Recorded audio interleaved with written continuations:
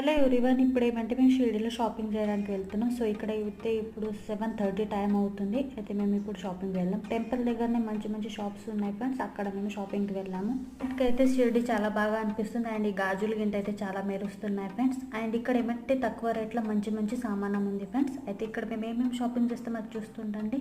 And video కనుక నచ్చితే like చేయండి, మన ఛానల్కి సబ్స్క్రైబ్ చేసుకోండి ఫ్రెండ్స్ ప్లీజ్. నెక్స్ట్ వీడియోలో మీకు చూపిస్తే మేము ఏమేమి షాపింగ్ చేసినాం ఫ్రెండ్స్.